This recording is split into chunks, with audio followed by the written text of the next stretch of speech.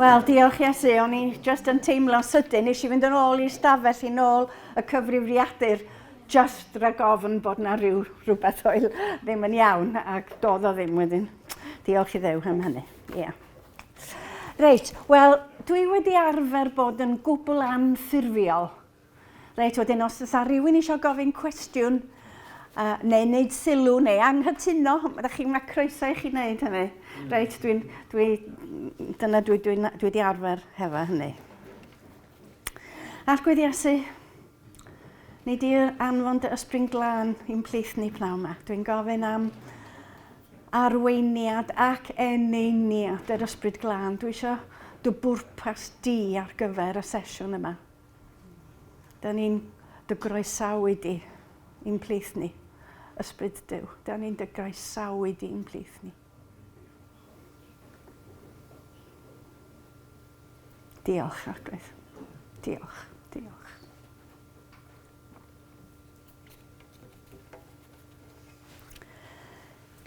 Mae gen i ffrind yn capel ni, o'r enw Tim. Mae o Swydd Efrog a mae o wedi dysgu Cymraeg. A'i wraig o wedi dysgu Cymraeg yn yr ysgol. Ac mae'r... Sorry, hwnna'r silent. Ac dwi eisiau defnyddio hwn yn nes ymlaen wedyn. Reit, i da welu hwn. Na fe ddim yn pingio. Reit.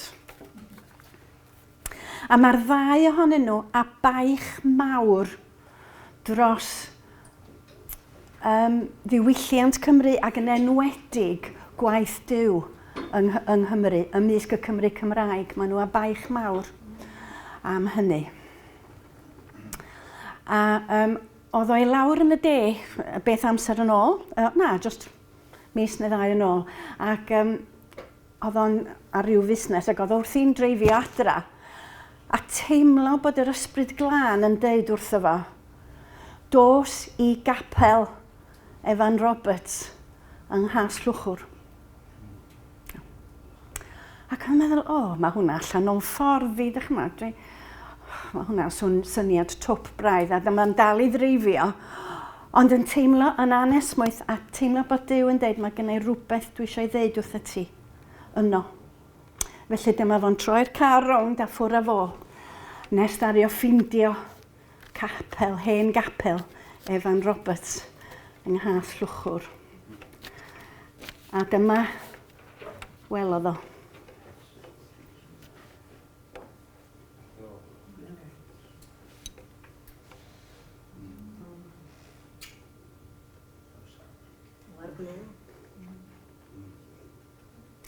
Sut ydych chi'n teimlo wrth edrych ar hwnna?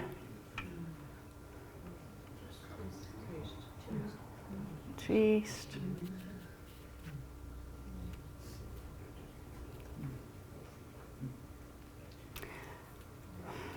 Be oedd Duw eisiau ddefo glywed, tybed? A ddo'n dweud, Duw, ti wedi dod â fi yma, jyst i edrych ar giat ydi cloi. Yr ysbryd am adawodd. Yr ysbryd am adawodd. Am adawodd.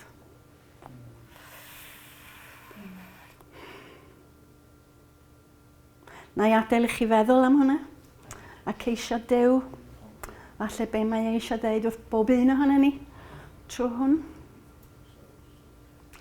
A mae hwn yn arwain at y teitl dwi wedi i ddewis ar gyfer y sesiwn yma. Angen mwyaf Cymru ydy ail ddarganfod yr ysbryd glân. Ac o'n i'n teimlo ar yng nghalon bod hi'n bwysig mod i'n rhoi y sgwrs yma yn Gymraeg.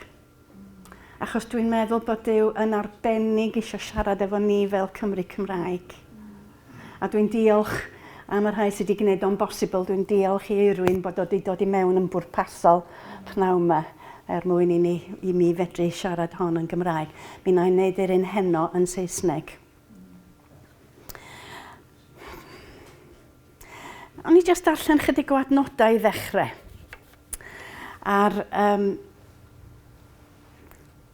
addewid. Be oedd Iesu Grist yn addo pan oedd o'n addo yr ysbryd glân? Dwi'n defnyddio Bible.net.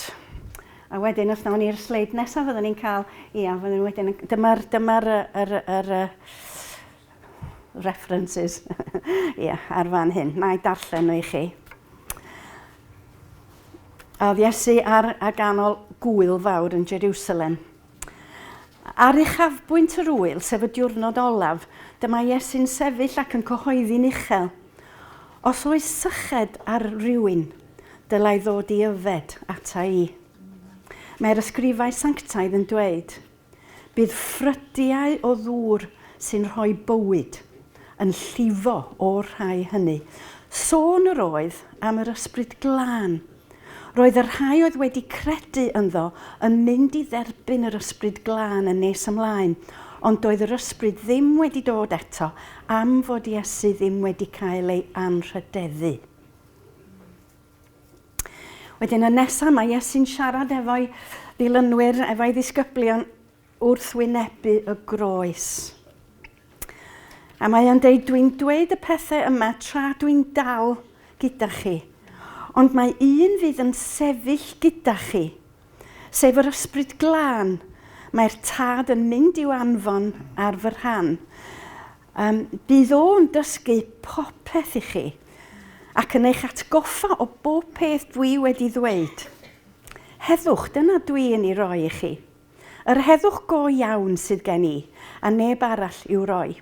Dwi ddim yn rhoi heddwch yn yr un ffordd ar byd.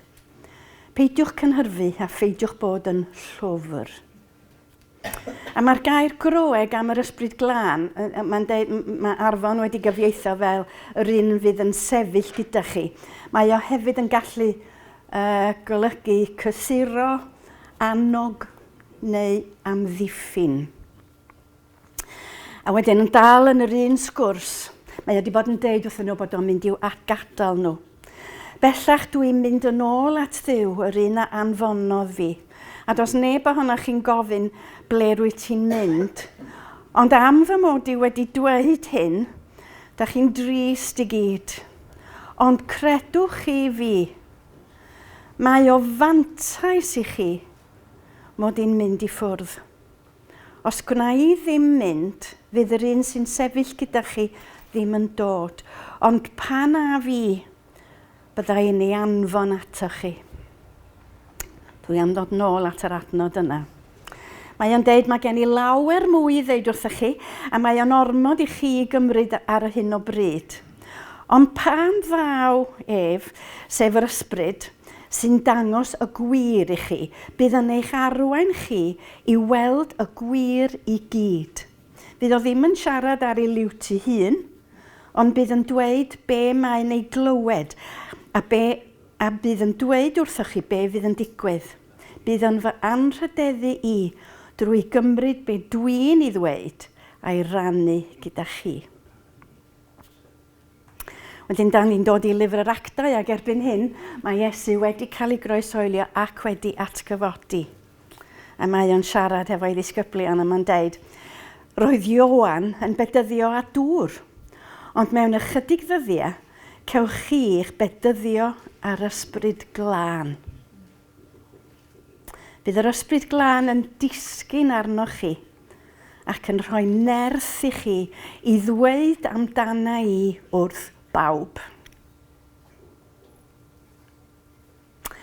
Wel, mae dydd y Pentecost yn dod a mae'r addewid yn cael ei gyflawni a mae'r disgyblion i gyd yn cael ei llenwi hefo'r ysbryd glân. Wel, be oedd y canlyniad bod yr ysbryd glân wedi disgyn ar y disgyblion i gyd? Da ni'n darllen llyfr yr actau, ydy hanes y disgyblion yn dal ymlaen i wneud gwaith Iesu. Yn union yr un fath ag oedd Iesu wedi gwneud. A dyna di llyfr yr actau, ydy hanes nhw yn just dal ymlaen. Ar ôl i'r ysbryd glân ddod atyn nhw, oedden nhw'n gwneud yr union bethau oedd Iesu yn ei wneud cynt. yn meddwl am un ohonyn nhw, am un achlysur, Pedr ac Ioan yn cyflawni gwyrth, dyn cloff o ddim yn gallu cerdded o gwbl yn cael ei iachau yn llwyr. Ac ymateb yr arweinyddion crefyddol, oedden nhw wrth 'u bodd, moli Duw. Oedden nhw wedi upsetio yn ofnadwy. A dyma nhw'n arestio nhw a rhoi nhw'n y carchar dros nos. A dod â nhw o flaen y llys.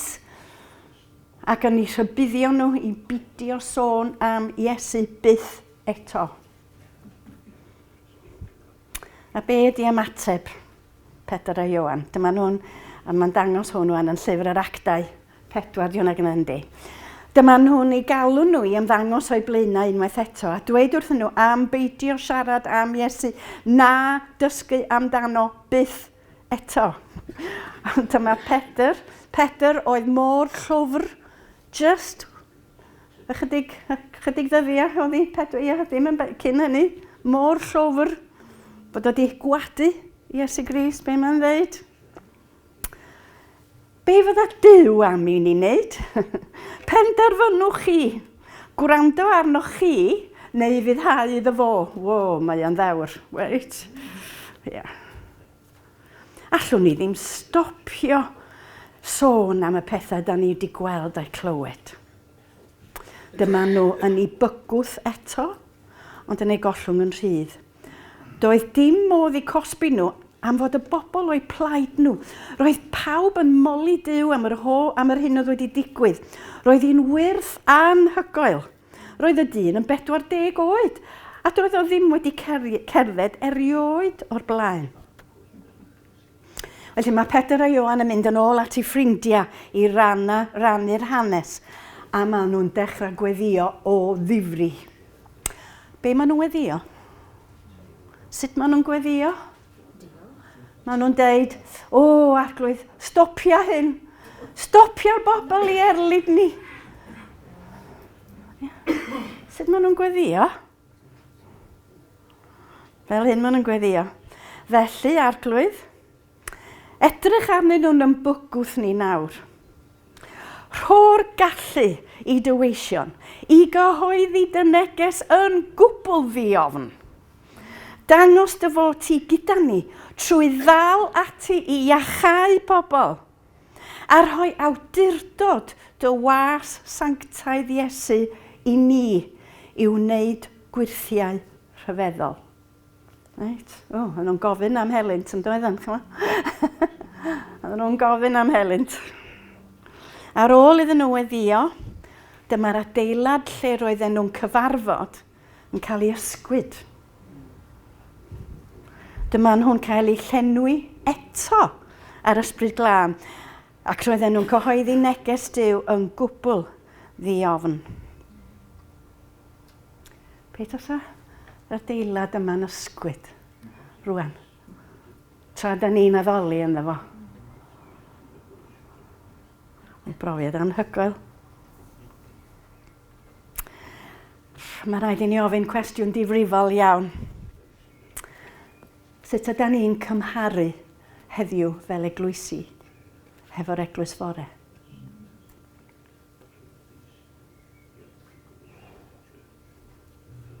Ar un i studio llyfr yr Actau, dwi'n meddwl flwyddyn diwethaf yn capel ni, a gawson ni'n herio go iawn.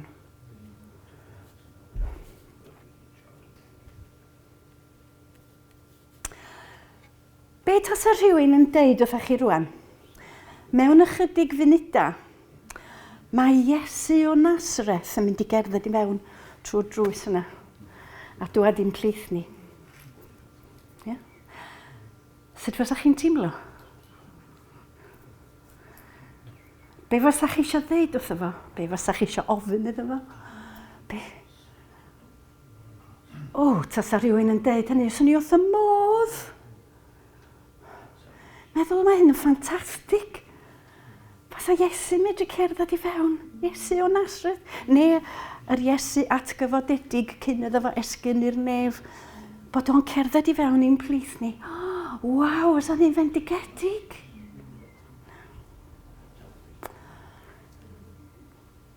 Be ddudodd Iesu wrthyn nhw? Gan ni'n fynd nôl at yr adnod yna, dar ni ddarllen. Mae'r adnod yma'n anhygoel. Ond credwch chi fi, mae o fantais i chi mod i'n mynd i ffwrdd. Os gwna i ddim mynd, fydd yr un sy'n sefyll gyda chi ddim yn dod, ond pan a i, byddai ni anfon ato chi. Right? Be oedd Iesu'n dweud? Gwrandwch, mae'n well i chi mod i'n mynd a'ch gadael chi mwyn i mi anfon yr ysbryd glân i'ch plith chi. Waw, faint ohono ni sy'n credu hynny heddiw? Os di'r geiriau ma'n wir, mae rhaid i ni gyffesu bod yna rhywbeth mawr o'i le. Mae rhaid i ni gyffesu bod ni'n dlawd arna ni yn ysbrydol.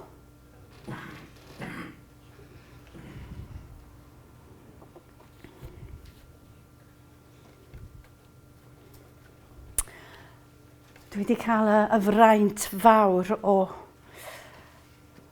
fod yn gweithio, yn mynd i gwahanol rannau o'r byd, lle oedd yna helynt mawr a dioddefaint mawr, lle fydd twllwch iawn, tywyll iawn, ond wedi cael y fraint aruthrol o weld yr ysbryd glân ar waith, yn bwerus. Dwi wedi gweld gelynion yn dod i fewn, pobl yn dod i fewn i'n gweithdy ni. A enw'r gweithdy cyntaf oedd IACHAU clwyfau gwrthdaro ethnig. Ond da ni wedi ehangu hwnna rwan. Enw'r gwaith rwan, mae'r gwaith wedi tyfu rwan, ledled y byd, wir. Ia. A enw'r gwaith rwan ydy IACHAU calonnau trawsnewid cenhedloedd. Achos da ni'n credu bod Duw ddim ond yn newid cenhedloedd un galon ar y tro. Fesul calon, un galon ar y tro. Right.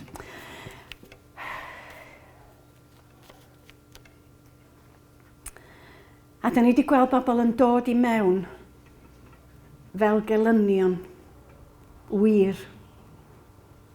Yn enwedig yn Rwanda yn syth ar ôl hil-laddiad. Ac yn gadael yn ffrindiau. Dim ond yr ysbryd glân sy'n gallu troi casineb yn gariad. Ac ai ddeud wedi gweld hyn miloedd o weithiau rwan. Mewn gwahanol ran o'r byd.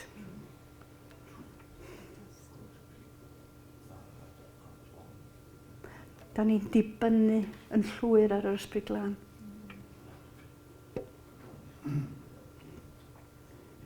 Da ni'n gweddio fel tîm cyn dechrau. Arglwydd, mae rhaid i ti ddod i'n plith ni. Achos feder ddim un person dynol newid calon neb. Dim ond y ti sy'n gallu gwneud, felly mae rhaid i ti ddod i'n plith ni. Ac yn erfyn arno fo i ddod i'n plith ni. A wedyn, fel da ni'n dod, mynd trwy'r gweithdy, ni'n edrych ar yn gilydd ac yn dweud, mae di dod, mae o di dod, mae o yma, mae o yma. Sbiwch be mae'n neud. A ddangos llun neu ddau i chi. Dyma François a Chantal. O'n i ddim yn gweithdy yma, dwi'n hyfforddi tîma. A mae'n tîma ni rwan yn hyfforddi bobl lleol gyntad ac sydd bosibl mwyn iddyn nhw ddal ymlaen efo'r gwaith. Wedyn, oedden nhw wedi dod ar rhain i'n ngwarfod i mwyn i mi gael gweld be oedd Duw wedi wneud yn ei bywydau nhw. A weles i hi gyntaf, Chantal, a dyma hi'n deud i hanes bod hi wedi colli y rhan fwyaf o'i theulu estyngedig yn yr hil-laddiad. yn Rwanda. Ac oedd hi wedi niweidio yn ofnadwy, oedd hi hefyd wedi cael ei threisio drosodd a throsodd. Ac oedd hi ddim yn trystio neb. Oedd hi'n hyd yn oed yn trystio ei llwyth ei hun. Ac na'r i ddim gadael ei chartra am 10 mlynedd. A 10 mlynedd wedyn, dyma un o'r timau lleol yn gwahodd hi i ddod i weithdy. Ac yn y gweithdy, dyma hi'n clywed bod Iesu ddim yn unig wedi derbyn yn pechoda ni ar y groes, ond fod o hefyd wedi derbyn yn poen ni ar y groes. A mae hynny wedi bod yn gwbl allweddol yn yn gweithdai ni. Deall hynny, bod Iesu yn ddiau fe a gymerth ein poenau, ein gwendidau, Eseia 53. 53, ia. A dyma hi'n mynd hefo'i stori, a dyma hi'n penlinio wrth y groes, ac yn wylo, ac yn wylo, ac yn wylo, cyn medru hoelio ei hanes ar y groes. Heb iddi hi wybod, yn yr un gweithdy, roedd François. A François oedd wedi lladd ei theulu agos hi. Yn ystod yr hiladdiad, oedd pobl yn ffoi, oedd pobl ddim bob amser yn gwybod pwy oedd wedi lladd eu perthnasau nhw. Ac oedd François ddim yn Gristion, oedd o wedi bod yn y carchar ac oedd nhw wedi penderfynu ar ôl 10 mlynedd o leia. Oedd y carchardau mor llawn. Ddaru nhw ddeud, os oes unrhyw un yn cyffesu bod nhw wedi gwneud rhywbeth drwg iawn, gawn nhw ddod allan a gawn nhw ddal ymlaen trwy weithio yn y gymuned, gawn nhw i weithio i sentence, yn y gymuned. Ond oedd o wedi cyffesu, ond oedd o'n dweud o'na faich ofnadwy ar ei gael yno. Oedd o'n methu colli'r euogrwydd ofnadwy yma. A dyma rhywun yn ei wahodd o i'r gweithdy. Ac yno mi glywodd o bod Iesu yn cario pechodau y byd. A tho at y groes, a dyma fo'n dweud, mi hoelius i'n papur i'n galed. A dyma fo'n dweud, a wedyn medda fe, tra o'n i'n gwneud hynny, o'n i'n teimlo fel bod na law wedi dod i lawr o'r nefoedd a wedi glanhau fy nghalon ni. Ac ar y trydydd dydd, oedden ni amser o agored o edifeirwch i unrhyw un oedd eisiau edifarhau o unrhyw beth. A ddari o sefyll, a ddari o ddeud, Chantal, dwi eisiau siarad efo ti. Wyt ti'n yn gwybod hyn, ond fi ddari ladd dy deulu agos di. A ddari Chantal fynd, ond wedyn dyma'n deud, na, nes i roi hwnna ar y groes neithiwr. Nes i roi hwnna ar y groes neithiwr. A dyma'n cerdded i fyny ato fo. A dyma'n deud, fy mrawd, rwyt ti mor ddewr yn cyffesu hyn yn gyhoeddus. Dwi eisiau ti wybod, dwi wedi rhoi o'i gyd ar y groes neithiwr, a dwi wedi maddau ti. A dyma'n gofleidio fo. Mae'r ddau yn cydweithio rwan. Maen nhw'n ffrindiau mawr, mae'r ffaith bod nhw'n gafel llaw jyst yn golygu cyfeillion yn Affrica. Diolch yn golygu mwy na hynny. Ac oedden nhw hwnna ddim i hwnnw eto. Whoops. Dyna ni. Hwna, dyna ni, maen nhw'n mynd at y dioddefwyr ag at yr llofruddion. Ac yn cydweithio efo'i gilydd. A mae yna nifer y fath o'n nhw'n gwneud yr un peth yn Rwanda rwan, nifer o dima, yr un fath o'n nhw. A nesa, wel, nawn ni'n dangos y llun eto, na i ddangos yn y munud. Congo, bobl bach.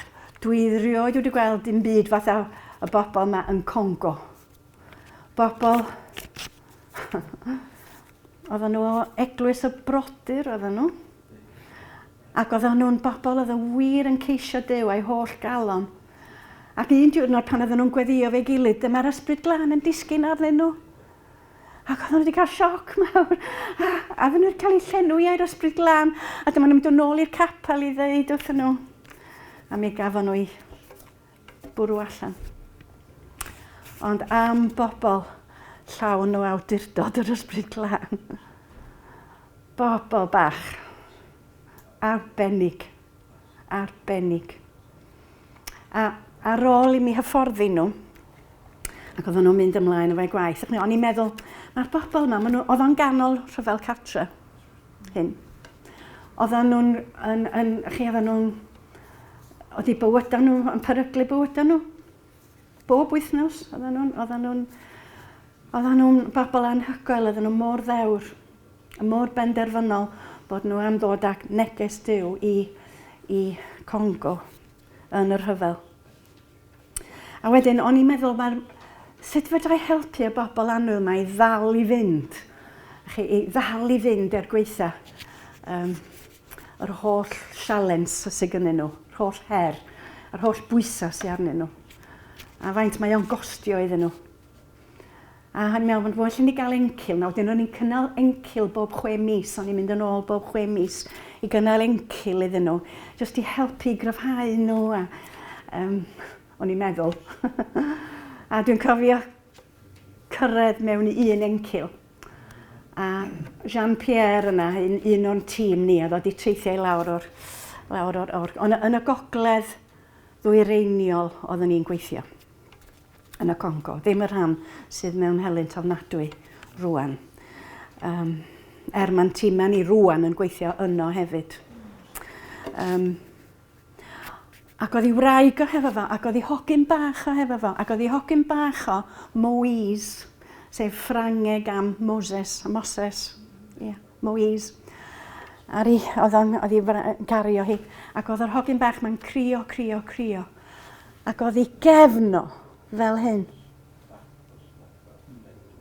Oedd e mewn poen ofnadwy, oedd hi gefno fel hyn. A ni'n edrych arno fel meddyg, a ni'n meddwl, bobl bach, beth sydd wedi digwydd i Moses?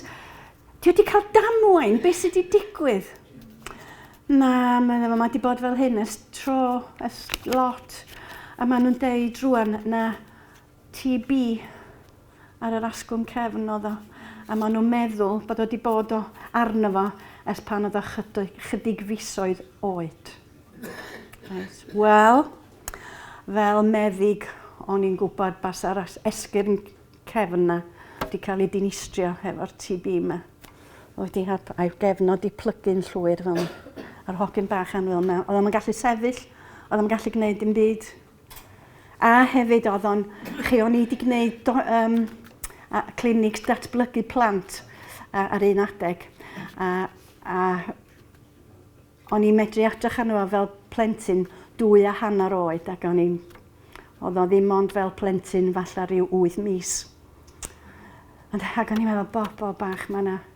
Ac o'n i'n panicio wedyn, fel meddyg, o'n i'n meddwl, reit, fydd rhaid iddo fo gael llawdriniaeth ar y cefn yma. Mae rhaid gwneud rhywbeth i stopio'r boen ofnadwy yma bod i gefnod, oedd chi'n gam hollol. A fedran am cael dim byd fel yn Congo, lle sut da ni'n mynd i gael llawdriniaeth fel yna'n Congo. Fedra ddod â fo i'r wlad yma. Faswn ni'n cael visa iddyn nhw. A faint o arian faswn ni'n gyfogodi i ddod â fo i'r wlad yma. Dyna lle o'n i.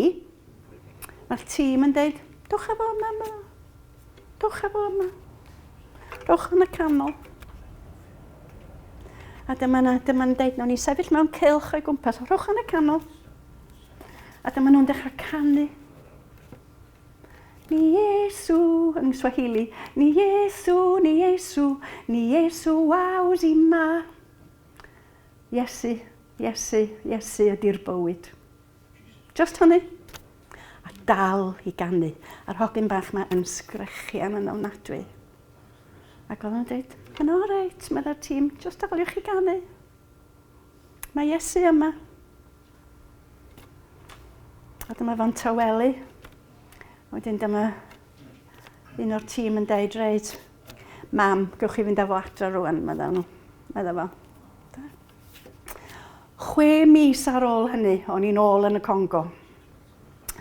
Cael encil arall, gweld Jean-Pierre yn dod. O, Jean-Pierre, sut mae Moses? Sut mae Moses?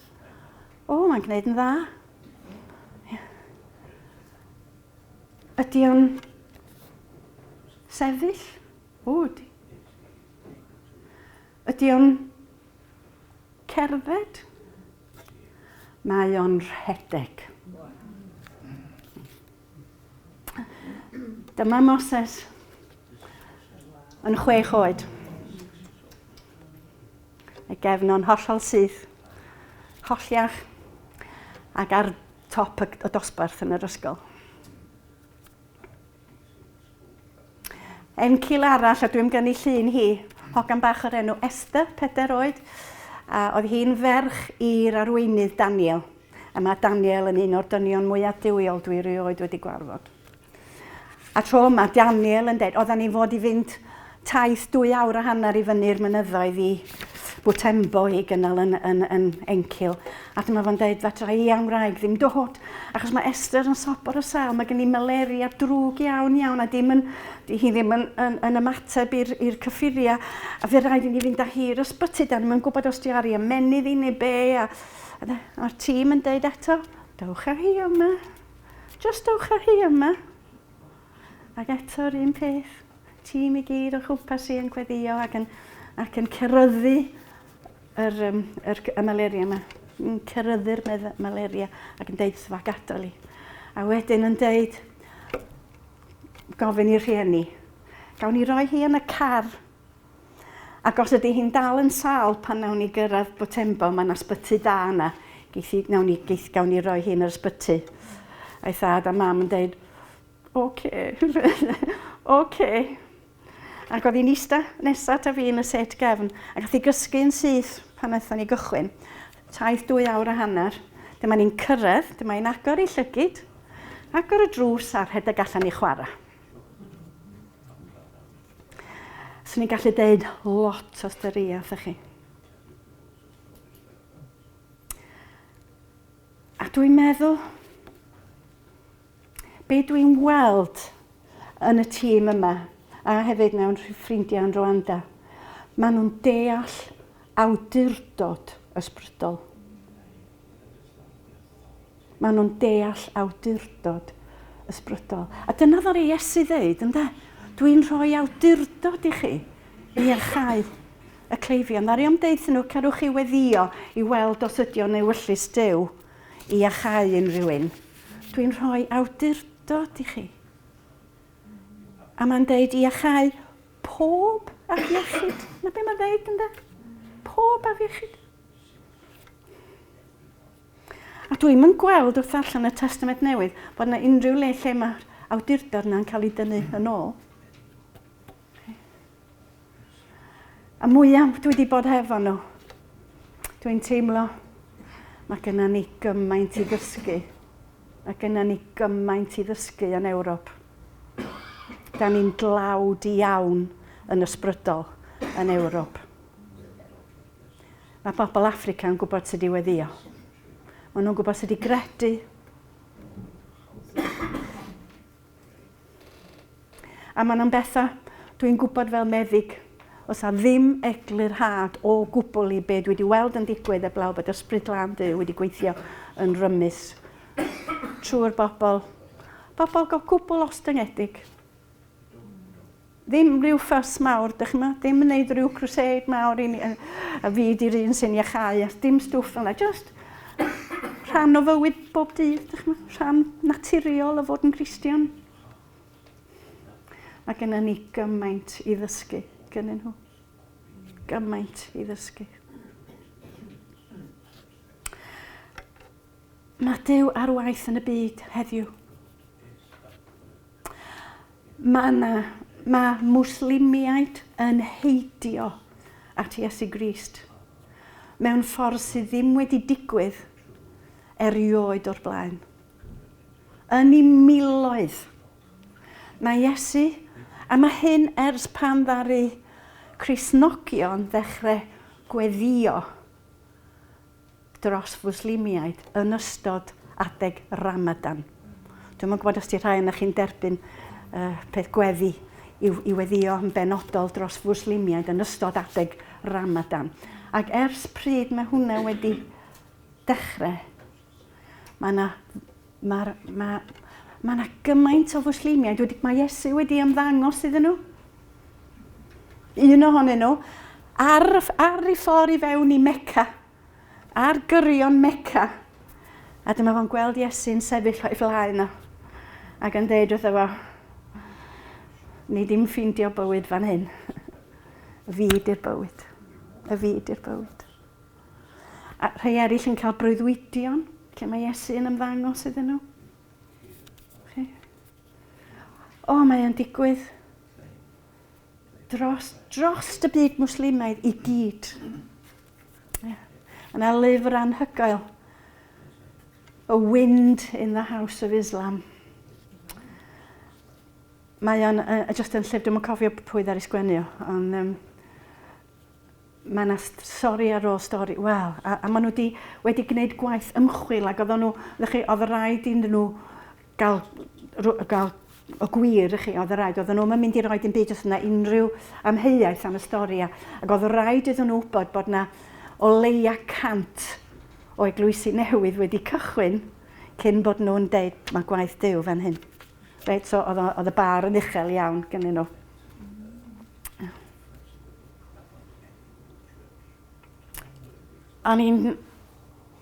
O rywun yn sôn dy Sul bod yna rhywbeth wedi cael ei roi ar wefan Cymdeithas y Beibl. Yeah? The Quiet Revival. Yeah? O'n i'n edrych arno fo ar y wefan just amser cinio, ac oedd o'n deud bod y nifer o bobl sy'n rwan yn eisiau dod i mynd i gapel wedi mynd i fyny 50%.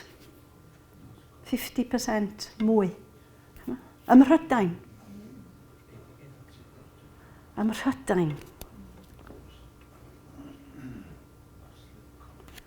Ydy'r ysbryd glân ar waith yng Nghymru?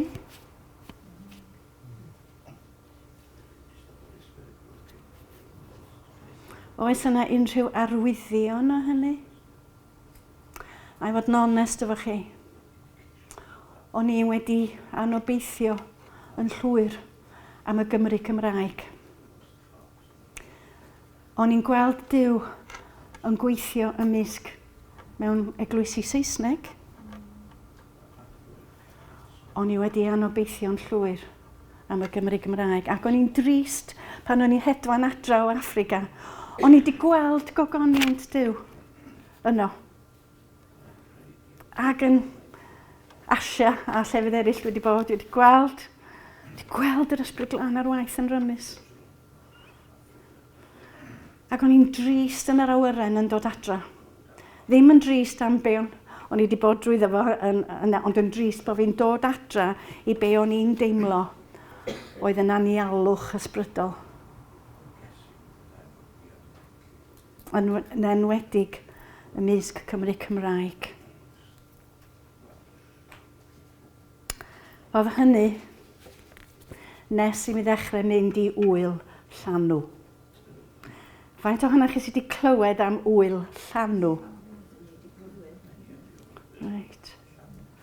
Mae o yn wyl i Gymru Cymraeg. A da ni'n cwarfod yn Wersyll Llangrannog, wythnos y Pasg, bob blwyddyn. Mi gychwynnodd o yn 2008 efo 58 o bobl. Eleni, oedd na 500 yna. A'r rhan fwyaf yn deuluoedd ifinc. Rhan fwyaf yn bobl ifinc. Yn moli Duw a'i holl galon, yn caru Iesu yn angerddol. A mae yna bobl di-Gymraeg eisiau gwybod, eisiau ymuno.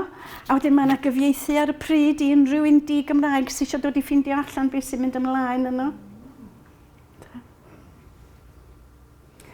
Ac yn Llanw, o'n i'n clywed am waith Duw ymysg Cymru Cymraeg. Yn meddwl, mae o'n yma. Clywed am gapel Caersalem, Caernarfon. Capel Bedyddwyr Cymraeg. Llawn o'r ysbryd glân, llawn o bobl sydd wrth i bodd yn gwasanaethu ag yn ôl I Duw. Wow!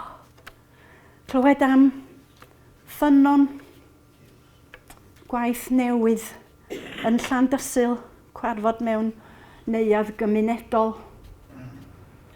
Clywed am bob matha o grwpiau bach eraill yn cychwyn. Ond y rhan fwyaf yn drist, y tu allan i'r capeli a'r eglwysi traddodiadol. Y rhan fwyaf o bellfor. Cwarfod mewn tai, cwarfod mewn llefydd, fatha cymuned, neuadd gymunedol. Pam? Pam bod hyn yn digwydd? Y rhan fwyaf, y tu allan i'r capeli.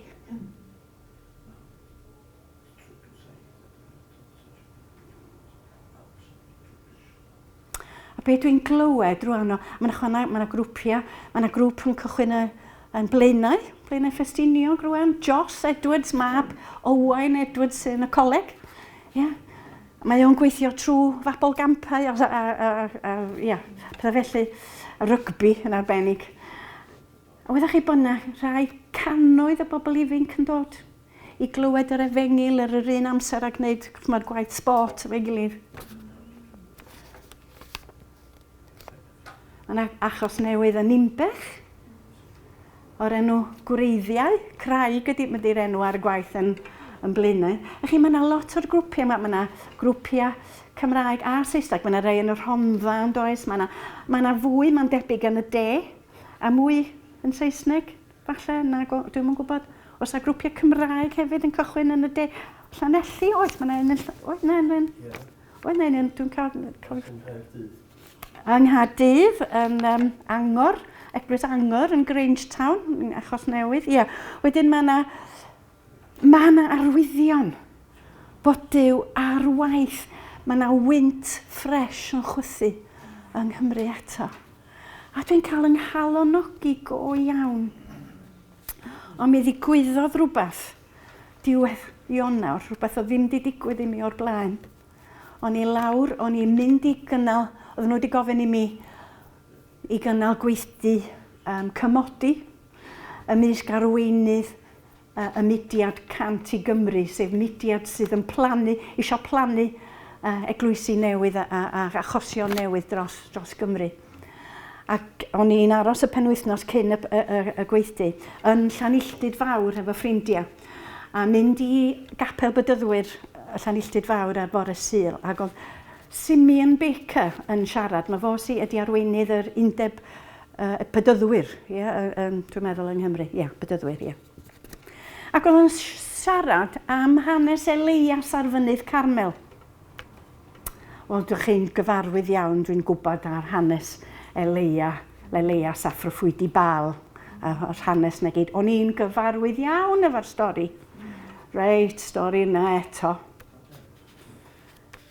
Ond pan ddoth o at y lle, pan mae Elias yn deud wrth Ahab, dwi'n clywed sŵn glaw trwm. Nes I ddechrau crio.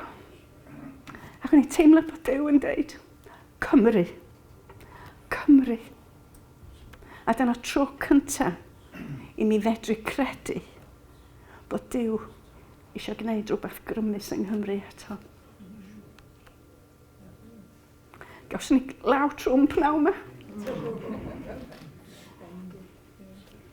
A wedyn, bod o yn yr ysbryd, oedd hyn yng nghanol sychder, o'na ddim diferyn o law pan ddedodd Elias hynny.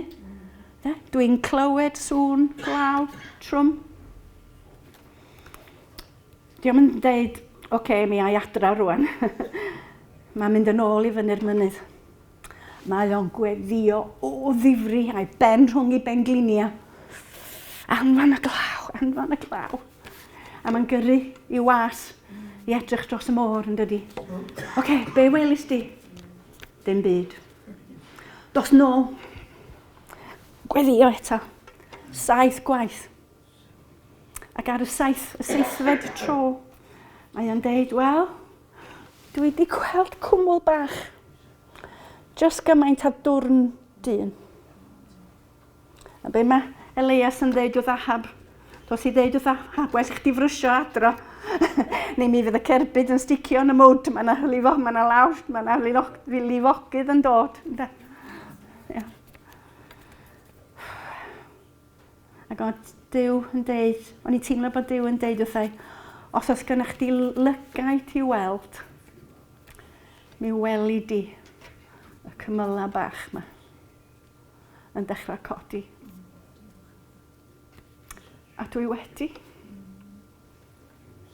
Unai clywed am beth sy'n digwydd neu gweld o fy hun yn digwydd.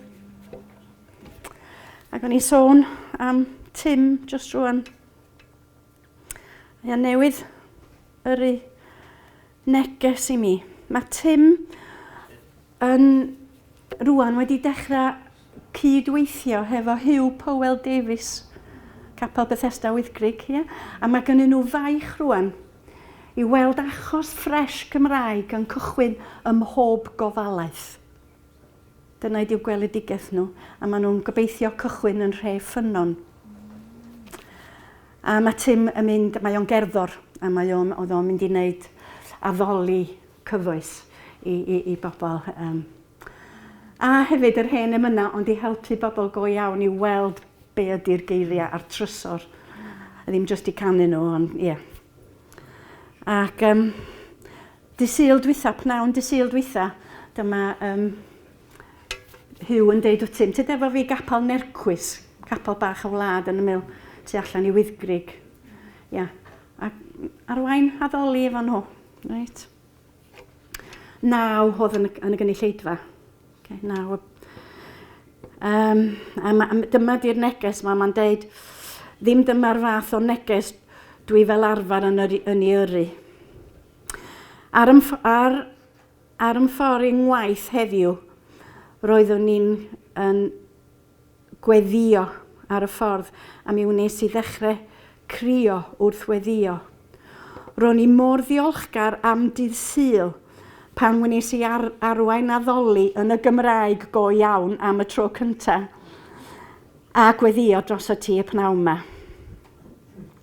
Mi wnaeth Duw ddangos i mi be oedd yn digwydd yn yr addoli dydd Sul, dyna pan oedd o'n dreifio oedd hyn. Wnaethon ni ddim jyst clywed 9 o bobl yn canu, medda Duw.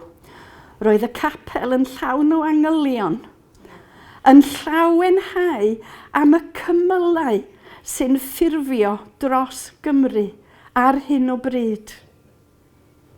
A mae di roi yr un reference o hanes Elias. A ro'n i'n gallu clywed nhw'n canu, medda fo. Mae o'n sensitif iawn i'r ysbryd glân, fwy sensitif na fi o lawer.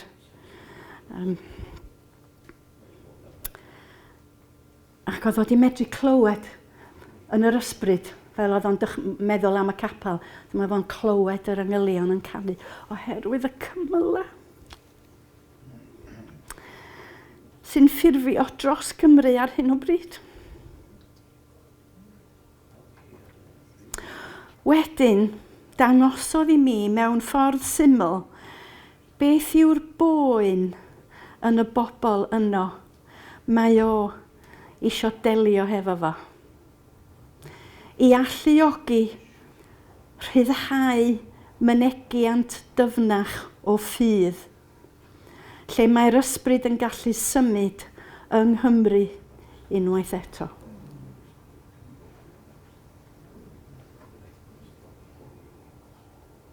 Teimlo'r boen yn y 9 person yma oedd yn y capel.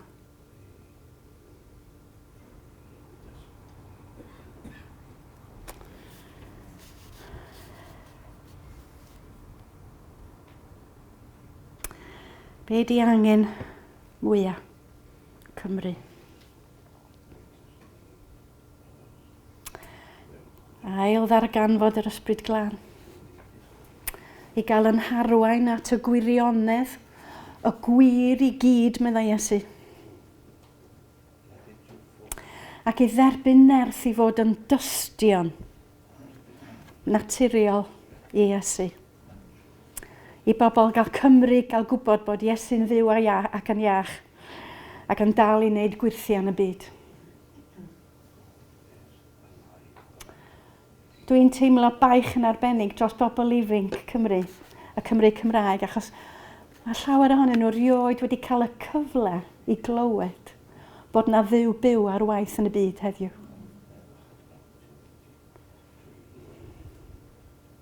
O'n i'n siarad efo Huw Powell Davies nos Wener, a Huw yn deud, angen mwyaf Cymru ydy edifeirwch. Edifeirwch dwys. Dyna'r unig ffordd ymlaen. Edifeirwch dwys. A mi ni gloi y drws ar yr ysbryd glân.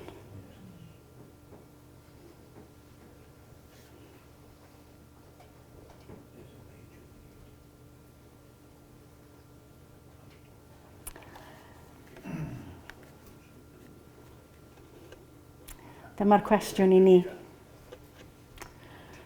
Faint o syched sydd arna ni? Faint o syched sydd arna ni?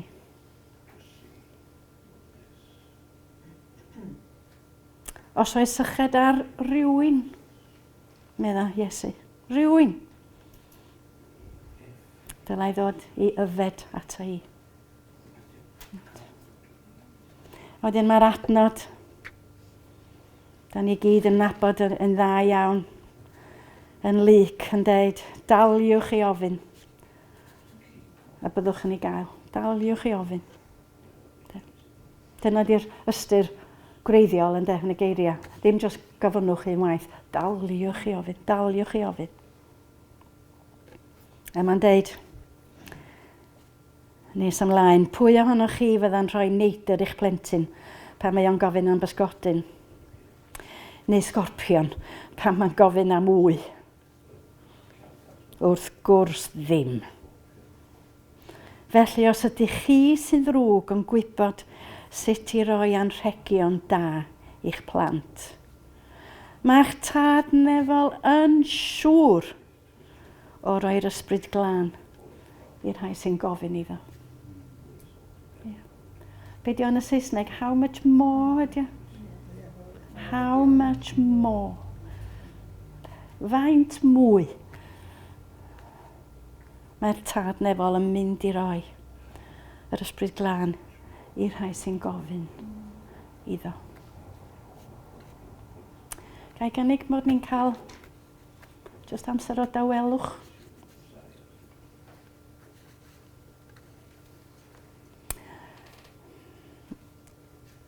O'n i'n meddwl falle cymryd cwestiynau, ond dwi'n meddwl bod hi'n fwy addas rwan i ni. Just cael amser o dywelwch i ni gyd fedru siarad efo Duw ar ben yn hunain. Ac ymateb, beth bynnag ydy'r ymateb yn calon ni rwan. Be da ni eisiau deud wrth Duw? Be da ni eisiau deud wrth Duw? Oedden ni'n cael cwarfod gweddi llanw, rai o bobl llanw ar Zoom yn ddiweddar. A dyma fi'n rhannu arno fo am y glaw trwm. Ydych chi a bobl yn wylo mewn gweddi. O, Dduw, anfon y glaw trwm at ni. Anfon y glaw trwm i Gymru. O, da ni angen chdi go iawn.